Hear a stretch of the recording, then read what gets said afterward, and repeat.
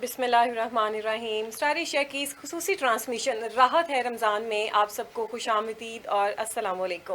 میں ہوں آپ کے ساتھ نایاب بدر اور میرے ساتھ ہے میرے کو ہوسٹ قسیم ظفر. ناظرین کرام، 10 رمضان اس شخصیت کا یوم وصال ہے جو اسلام کے قیام کی یعنی شاہد، اولین حامل رسالت اور پشت پناہ نبوت، والدہ بطول، زوجہ رسول، عطائے ربانی، زینب کلثوم، حسنین و حسن کی نانی، اسلام کی خاتون اول، گویا حوا کی ثانی، جنت مکانی، تبلیغ کی وجہ روانی، جس کے شوہر نبی خدا، رفیق حیات مصطفیٰ، جن کی بیٹی ام عبیبہ، داماد شیر خدا، طاہرہ، پارسہ، ناصرہ، محسنہ، خاتون حجاز، عقیل قریش، محسن اسلام، ملکۃ العرب، ختیجۃ الکبریٰ رضی اللہ عنہا، جن کا آسمان سے سلام اترا، بغیر کسی توقف کے ایمان لانے والی، محبوب خدا کی دلجوئی کرنے والی، مصطفیٰ کے زخموں کی شاہد، امت کے غم سے بوجھل، قلب مصطفیٰ کی تسکین کا سبب بننے والی، پاک اولاد سے طعنہ ابتر سے بچانے والی،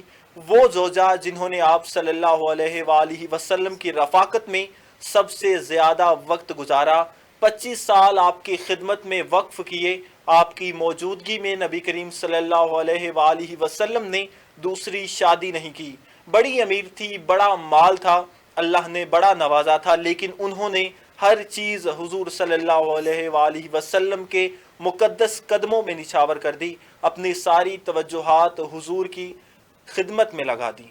تو آج اس خاتون کا یوم وفات ہے کہ جنہوں نے اپنی سارا مال حضرت محمد صلی اللہ علیہ وآلہ وسلم کی خدمت میں وقف کر دیا، ان کے مقدس قدموں میں نچھاور کر دیا. تو بالکل یہ پہلی خاتون تھیں جنہوں نے اسلام قبول کیا سب سے پہلے اور آپ صلی اللہ علیہ وآلہ وسلم کا ساتھ دیا. یہ وہی خاتون تھیں جنہوں نے سب سے پہلے جن کو یہ شرف حاصل ہے کہ انہوں نے کاروبار کیا. یہ وہ بالکل خاتون تھیں جنہوں نے آپ صلی اللہ علیہ وآلہ وسلم کو خود نکاح کا پیغام بھجوایا. تو حضرت خدیجہ علیہ السلام، ان کی زندگی سے ہم بہت کچھ سیکھتے ہیں. انہی کے موضوع پہ آج ہم بات کریں گے کہ اسلام کی روشنی میں ان کی جو ہے عقیدت کیا ہے، ان کی منزل کیا ہے، اور ہم خواتین کو ان کے کردار سے کون کون سی چیزیں جو ہیں وہ سیکھنی چاہیے. لیکن ہم اس ٹرانسمیشن کا باقاعدہ ابھی آغاز کرتے ہیں، اور آغاز کرتے ہیں ہم تلاوت قرآن مجید سے، جس کے لیے ہمارے ساتھ یہاں پہ قاری صاحب موجود ہیں اسٹوڈیو میں. جی قاری صاحب. أعوذ بالله من الشيطان الرجيم. بسم الله الرحمن الرحيم.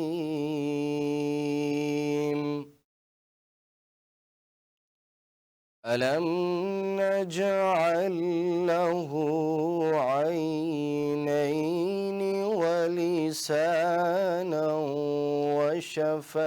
وشفتين وهديناه